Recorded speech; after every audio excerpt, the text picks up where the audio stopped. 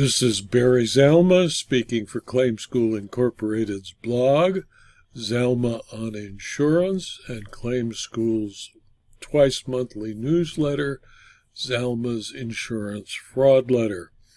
This time for April 15, 2020, Volume 27, Issue number 8 of the Source for Insurance Fraud Professionals.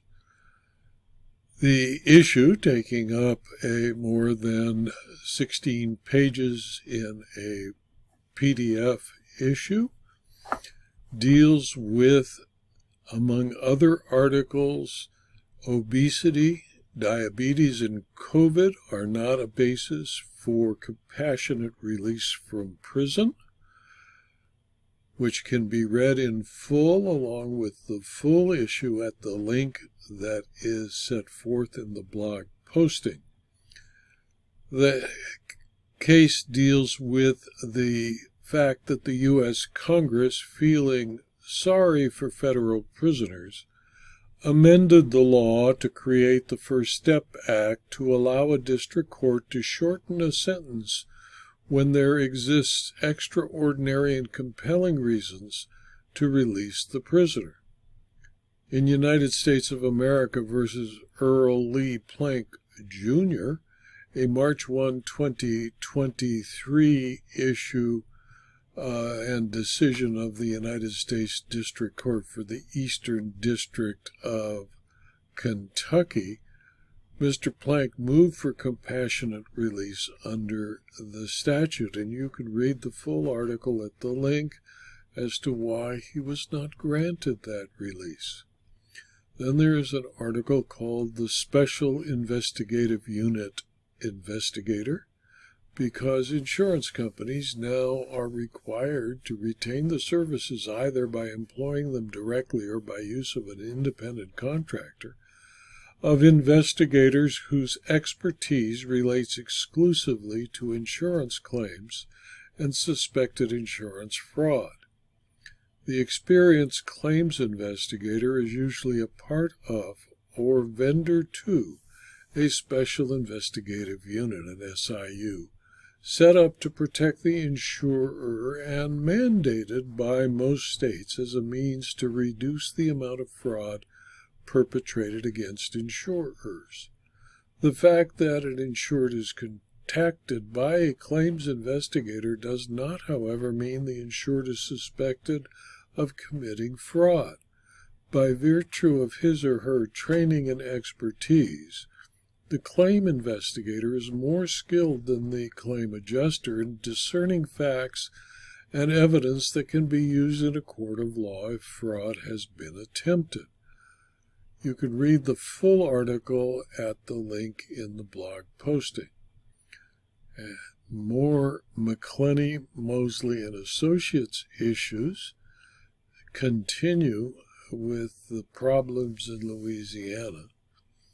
And this is ZIFL's fourth installment of the saga of McClenny, Moseley Associates and its problems with the federal courts in the state of Louisiana, and what appears to be an effort to profit from what some magistrate and district judges indicate may be criminal conduct, to profit from insurance claims relating to hurricane damage to the public of the state of Louisiana. Their latest actions seeking a lien on claims of some of their so-called clients defined chutzpah. Chutzpah, a Yiddish term that has found its way into the English language. It is defined as unmitigated gall and is usually explained as a person convicted of murdering his parents who pleaded with the judge for mercy because he is an orphan.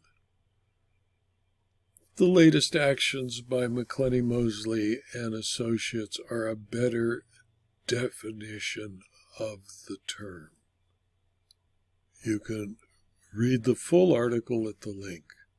Then there is an article about free insurance videos where I have published 5 days a week videos on insurance claims, Insurance claims law, insurance fraud, and insurance coverage matters at rumble.com, where there's more than 650 videos. Mr. Zalma, me, limits his practice to service as an insurance consultant specializing in insurance coverage, insurance claims handling, insurance bad faith, and insurance fraud. And I serve almost equally for insurers as for their insureds. I practiced law in California for more than 44 years as an insurance coverage and claims handling lawyer, and more than 55 years in the insurance business. I'm available as a consultant at Zalma@Zalma.com. You can read the full article at the link. Then there's an article about the problem with different degrees of fraud and why fraud by any other name is still fraud.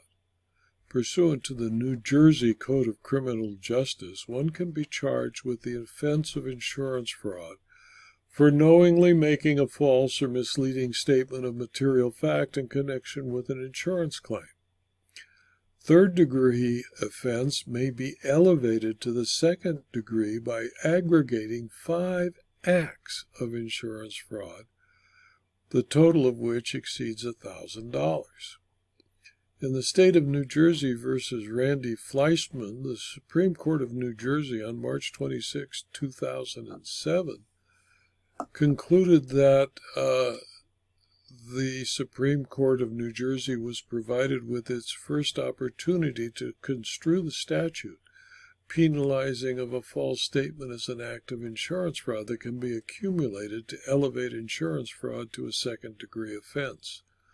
The state indicated and indicted the defendant for second-degree insurance fraud. The factual underpinnings for the charge were based on the various items of false information contained in the defendant's statements to the police and to her automobile insurer in connection with a stolen car claim. You can read the full article and decide whether the court appropriately elevated the crime to second degree or let it remain at third degree.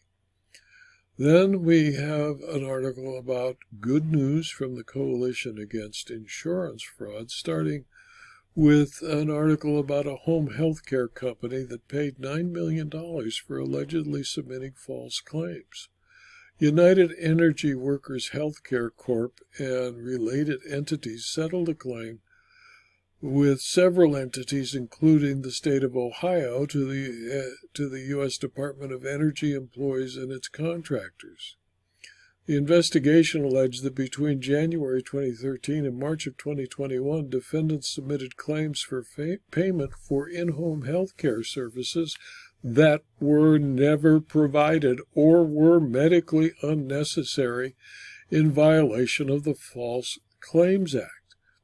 Various of the violations, including billing for case management services not actually provided, instructing caregivers to charge for more time than actually spent with patients, providing and billing for services to beneficiaries that were not covered, and providing services without possessing a required license. This article includes many more convictions from the Coalition for Fraud, and that can be read at the link if you read the full Zalma's insurance fraud letter. Then there's an article about the obligation of lawyers when a client is suspected of fraudulent conduct. A lawyer who suspects that his or her client is lying about the facts to cover up fraudulent or criminal activity is placed in a professional dilemma. The client may be faking injuries after an automobile accident or fabricating the cause of a fire at his or her home.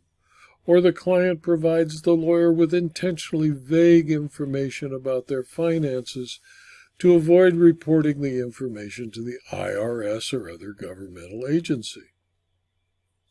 In July of 2021, the Colorado Bar Association Ethics Committee adopted Formal Opinion 142 addressing a lawyer's duty to inquire when the lawyer knows a client is seeking advice on a transactional matter that may be criminal or fraudulent.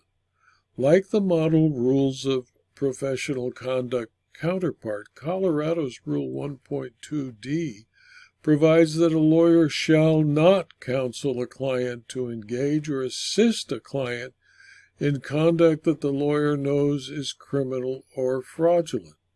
The opinion specifically discusses what happens when the lawyer suspects but does not actually know that the client may be using the legal services to engage in criminal or fraudulent conduct.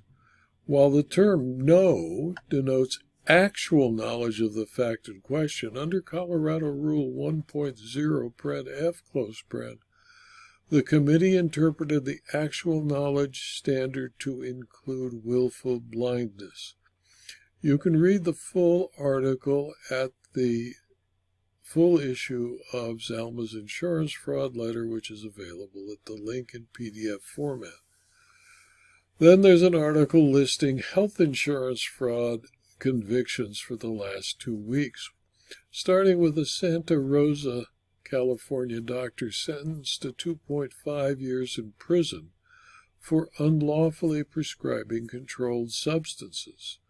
Thomas Keller, formerly a pain management doctor in Santa Rosa, was sentenced to 30 months in prison for distributing Schedule II and IV controlled substances outside the scope of his professional practice and without a legitimate medical need. The sentence was handed down by the Honorable Vince Chabria, United States District Judge, after a jury found Keller was guilty of the crimes at trial in November of 2022. You can read about this conviction and dozen more convictions at the full issue of the fraud letter. The next article is about other insurance fraud convictions that starts with an article about a Richfield woman who was sentenced to 10 years behind bars for insurance fraud because the Department of Insurance became aware that she was again misappropriating funds with a new agency. Charlotte Shepard of Richfield, Idaho, is headed to prison after committing insurance fraud. Shepard allegedly stole her client's insurance premiums to pay her personal and business bills and obligations. She was sentenced to the Idaho Department of Corrections for 10 years, with 5 years fixed and 5 years indeterminate. Shepard was first prosecuted and found guilty in Blaine County, Idaho, for grand theft in 2020, but while awaiting criminal sentencing and administrative penalties, she took over the management of a second insurance agency in Lincoln County, Idaho. The Department of Insurance became aware that she was again misappropriating funds with a new agency. The Department of Insurance issued a cease and desist order on March 18, 2020, and revoked her license 2 days later. You can read about many more other than health insurance fraud convictions at the newsletter by clicking on the link. This video was adapted from my blog and from my newsletter, Zalma's Insurance Fraud Letter, which is available free to anyone who clicks on the link zalma.com/blog or on the link for the April 15, 2023 issue of Zalma's Insurance Fraud Letter. If you found this video to be interesting or useful to you, please tell your friends and colleagues so that they can also subscribe to the blog and to the videos at rumble.com and youtube.com. If you enjoyed the videos, please click on the like button at YouTube or on the Rumble button at rumble.com. You might also wish to consider subscribing to my locals community, or my Substack publications, where for a small fee you can get even more detailed information. Thank you for your attention.